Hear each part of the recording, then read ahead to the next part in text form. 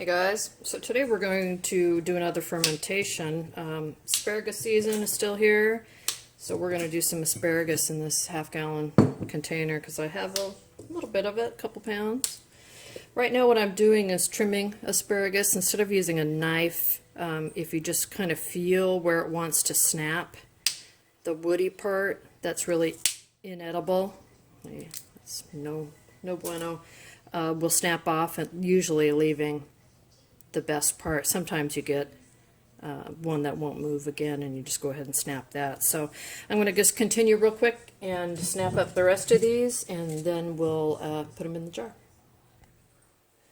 Alright, so I'm going to do about a 5.5% brine solution on this, and to figure out what that percentage equals in grams, I need to figure out how much water I'm going to use. Some recipes will say, oh, if you use 1 cup water, use 1 teaspoon of salt. I prefer to be more exact in my measurements, so what I do is I'll dry fit the asparagus in here, first of all, to see if it's a proper size container. I may need a smaller one, and then I'll fill it with water, and then I'll pour the water off, and we'll look at and see how much water that is. We'll weigh it in grams, and then I can figure out what 5.5% of that water volume is. But we'll do that together. So I'm going to go ahead and continue on here and try to fit everything in this jar. So I have a lot in here, but you know, because asparagus kind of go to a skinnier top, this end here, I'm going to flip these over, and I can probably get more in by utilizing space differently.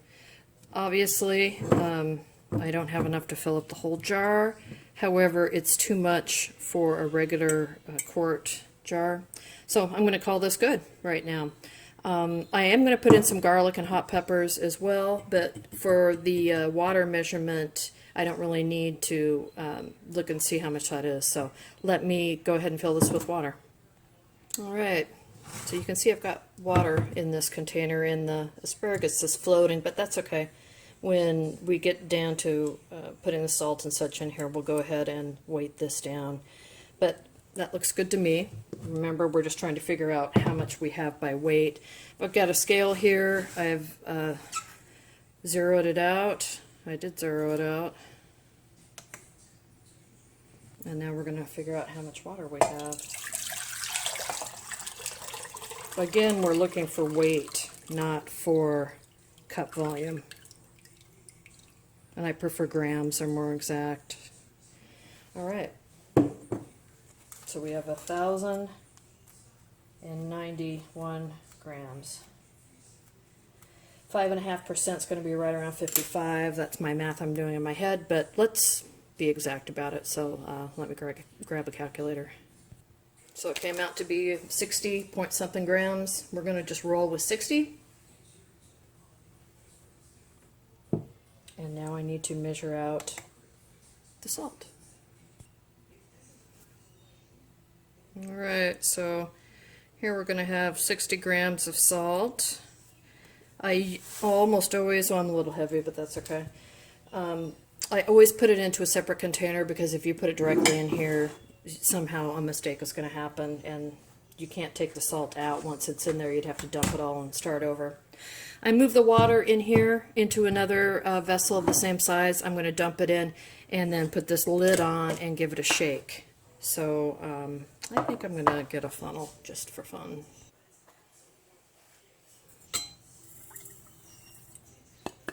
Dump it all in. Now we're going to shake it up just to mix it. All right. Now we're going to pour it in here, but first I've got some hot peppers from another fermentation that I did.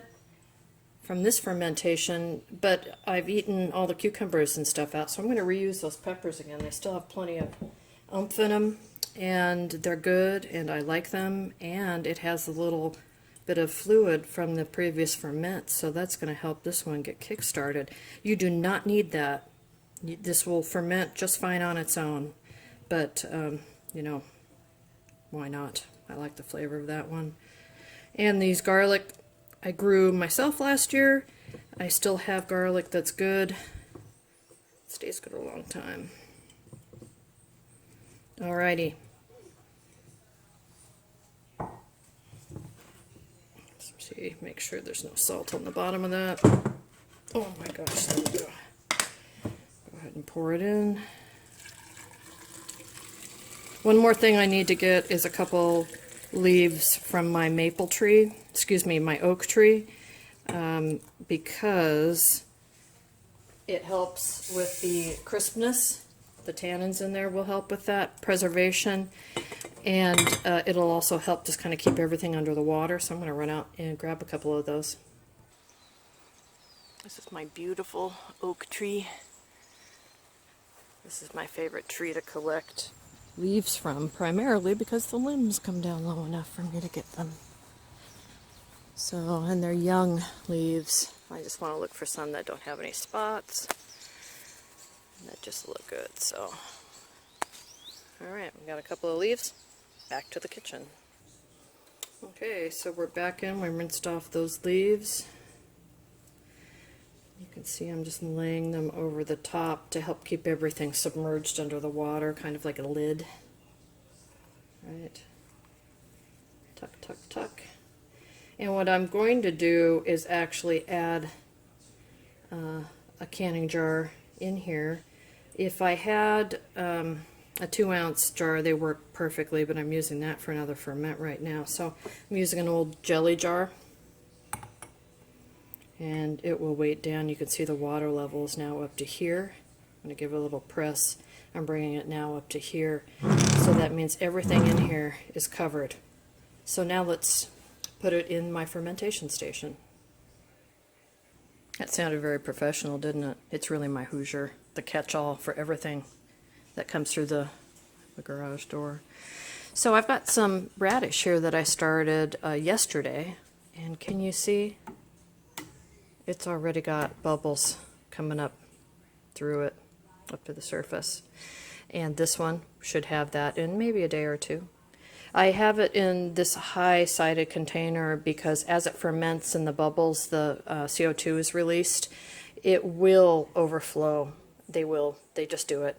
So I want something to be able to catch it so I don't get a bunch of ants or anything like that. I also like to keep it in the kitchen because I want to watch it every day. I want to check in on it. I want to make sure that it's healthy and that I don't need to do anything extra for it or to it, like maybe add some more brine if the level comes down too low. So we'll go ahead and keep an eye on this one. I have another video that I put out, how to make fermented radishes that I pulled from my own yard, and asparagus that I grew in my own yard, and peppers I did not grow. The garlic I did grow, and the maple leaves, or the oak leaves, I keep saying maple, oak leaves, of course, from my own trees. So here we go. Hi you guys, so today is day 6 for the asparagus and day 7 for the radish. They're both done now. You can see here still the bubbles are coming up and the foam up there. It's still fermenting away, and I could still leave it out, but right now it's the perfect salty to sour that I like in a fermented asparagus. The radish has a very unusual taste. I just wanted to try it. I'm not sure I'll do it again, but I'm going to chop it up and add it to some dishes and see if I can like it a little better. And I might just, I don't know, I'm going to fool around with it. But it's just okay. These are fantastic, so I'm really happy with that.